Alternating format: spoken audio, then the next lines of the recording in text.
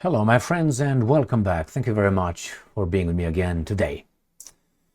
We got to this point, and the point is they are talking about a nuclear war out in the open. The Russians give I would say, a clear warning to the imbeciles in NATO or Western Europe and the Americans to back off. I have here an article from Sputnik where the Russians explain clearly why NATO should stop even thinking of provoking Russia. But before that, I will show you the meeting between Lavrov, the foreign minister of the Russian Federation, and Moscow Rubio, the Secretary of State, foreign minister of the United States of America. That took place today at the United Nations on the sidelines. And I'm going to read for you what they talked and what kind of statements they made, which is kind of like nothing. But hey, I will do this for you because you asked for it. Not. All right. So as I said, it comes from Russia Today and Sputnik. And then the third topic or the third article comes from Sputnik telling the West, stop. All right, here it is. Lavrov and Rubio hold talks on United Nations General Assembly sidelines. Today, the 24th of September. The top Russian and US diplomats discussed the Ukraine conflict and bilateral ties. The meeting lasted for just under an hour. What can you talk in just under an hour, my friends? Anyway, and revolved primarily around the Ukraine conflict, according to the tight-lipped statements made after the conversation by the two sides. And I'm quoting. The secretary reiterated President Donald Trump's call for the killing to stop. Like Donald Trump, if you remember, called Netanyahu and told the killing should stop, right? And the need for Moscow to take meaningful steps towards a durable resolution of the Russian-Ukraine war. Blah, blah, blah, blah, blah, and blah, blah, blah. The Russian Foreign Ministry offered a slightly more detailed readout of the talks, stating that Lavrov and Rubio had agreed to, and I'm quoting, continue constructive dialogue between the Russia and the US foreign ministers, as well as reaffirmed the importance of momentum generated by the Alaska summit for, quote-unquote, normalizing bilateral relations. Lavrov emphasized Moscow's readiness to adhere to the line established by the Russian and US leaders in Alaska, including cooperating efforts with the US side to address the root causes of the Ukraine conflict. And the root causes are US and obviously NATO. I know they say NATO, but NATO is the US. So this is the readout from Russia Today. And we have the highlights of Lavrov-Rubio talks, United Nations General Assembly, coming from Sputnik. All right, here we go. Russian Foreign Minister Sergei Lavrov and Lavrov discussed the settlement of the Ukraine crisis during a meeting with Rubio, with both sides confirming their interest in finding peaceful solutions. Blah, blah. Lavrov emphasized Moscow's readiness to adhere, the same thing. Lavrov noted the unacceptability of the schemes promoted by Ukraine and some European countries to prolong the conflict. Lavrov and Rubio aligned their clocks on the complex of bilateral relations, including the restoration of socio-political contacts. That's it. That is, they won't tell us what they talk. They talk general stuff in less than an hour.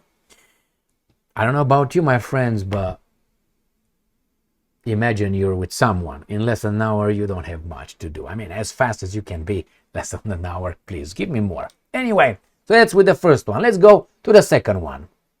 And this is more important than the first one, obviously. All right, Sputnik again. Why NATO must think twice before threatening Russia. Now, this is a veiled threat coming from the Russians. It's not really veiled, because they tell you what we can do to you. All right, here it is. And they post here a what? Nuclear missile or something? All right, NATO can't compete with Russia's military industry. I don't know about that. when you look at what Russia is producing now in 3 months, is what all of NATO is producing from Los Angeles up to Ankara in a full year. Yeah, but I don't think these guys are in full swing as you guys are. Oreshnik. Fast and unstoppable. So they talk about striking NATO. The hypersonic medium-range ballistic missile can easily penetrate NATO. Air defense is reaching. All right, NATO headquarters in Brussels in 17 minutes. I will start with London, just so you know. I love London. I will start with London and then I will go to Brussels. Germany's Ramstein Air Base in 15 minutes. Poland Redzikowo Air Base in 11 minutes. Why do you Air Base headquarters? No, man, Buckingham Palace. I'm just kidding. Big Bang right there, theory. Boom. I'm just kidding. Iskander calms NATO hotheads. Deployed in Kaliningrad. I will show you where that is located. Right here is Kaliningrad. So this is Ukraine. This is Ukraine, right? This is Moscow. This is Russia. Kaliningrad is between Poland and Lithuania and the Baltic Sea. So from here is Iskander with love. Zap. He's not going to talk about London, even though London is the primary baboon here. And they talk about right here, Brussels right here, right? They talk about Ramstein, Germany. They talk about even Poland. No, this is where you should talk about. These guys right here. Start with them. Just talk to them, I mean. Just when I say start with them, that means just talk to them, okay? All right, let's move on. Deployed in Kaliningrad, Russia's Iskander tactical missile system can strike command centers in Lithuania, Germany, and Poland. Again.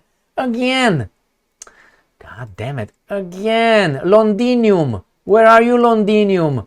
Let's see. Buckingham Palace, Westminster, right here, right there. And the Big Bang, right here. Big Bang, right there. This right here. This is the area you need to talk to. This, all right? I'm just saying. I'm not supporting that. Just so you know, I'm not supporting that. All right. Nuclear-capable units in Belarus put all of Poland, Lithuania, and Latvia and Estonia at range. Again, they missed the point. They talk about this. These baboon states, 6.1 million people, the Baltic states.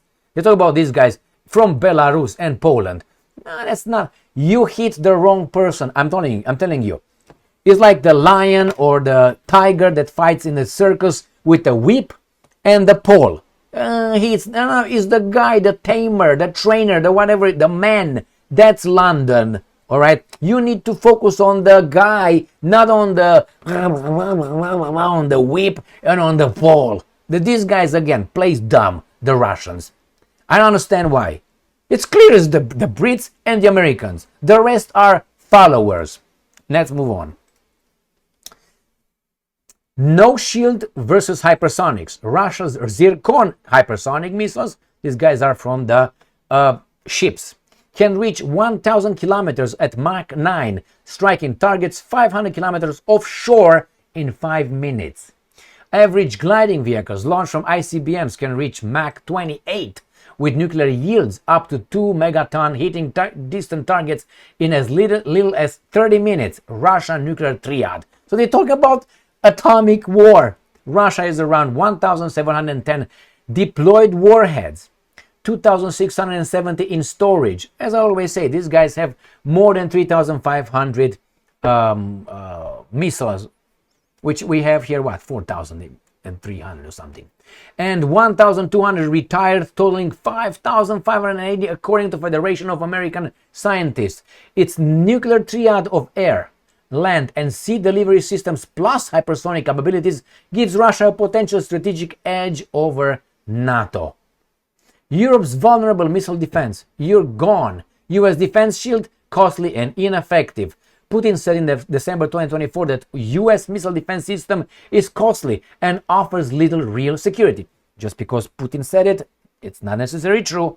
In 2017, he told American filmmaker Oliver Stone, it doesn't protect the entire US, leaving the nation vulnerable. That's true, you can protect everybody. You protect only the Clintons, the Obamas, the, how do you call those, the Bergs, the Steins, the Manns, the Ljublich, Kuchkum, these guys you need to answer, the Soroses, these guys, you and I, fuck us, we're going to the woods over there, hide in the woods, like you guys were hiding in the 50s down in the desk because of the Russian atomic attack. Remember how you in school in the 50s were taught, drills, in case of a Soviet, not Russian, my bad, Soviet atomic attack, you hide under your desk like this.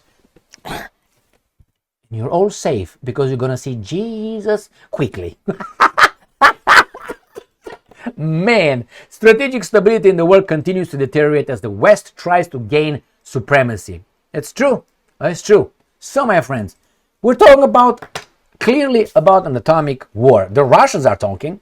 So they say, we're not going to fight you on a conventional war. So, as I said many times, these guys in the West, the sponsors, the profiteers, they think that the war with Russia will be a conventional war, as these guys are waging together with their brothers and sisters in Ukraine. The Russians will consider you very far foreign enemies, not like they consider the Ukrainians, cousins, brothers, the same people. And they have big grievances, let's say, with Poland, with Germany, with England, Great Britain to be more inclusive, with the Estonians, with Lithuanians, with Latvians that yapped around all the time. So, as I said, these guys, I always told my Polish friends, my friends, Sikorski, hey, Sikorski, these guys, the Russians, will have no patience with you. If you try to even strike these guys, they will not work on a conventional sphere with you. They will raise you in 1 minute, all of you. And I guarantee you the Americans will not move one claw or one hoof, which one you want. One hoof, click, click, click, coo, nothing. Why? They're not crazy. Did you hear what these guys are saying? Now, you can say these guys are bluffing. Tell me when the Russians bluffed. In the past, let's say 3 years and a half. You tell me. That's why the Russians are consistent, and I said this many, many times before. If they say something, they will do it, good or evil. But hey, you and I know this. They know it too. They don't care. They don't care. They think that they will get away with a little bloody nose, and after that they will say, stop, let's have peace. That's what they think. They think in the meantime a few countries, a few military bases will be struck by the Russians, and we can write in our history that they are more evil than the atomic bombs drops in Hiroshima and Nagasaki. Therefore, we're going to erase the past and we write the future by writing the present. You know what I mean? We're talking about this right there. Right there. I hope. Well, I can't tell you what I hope. I will tell you how I envision things.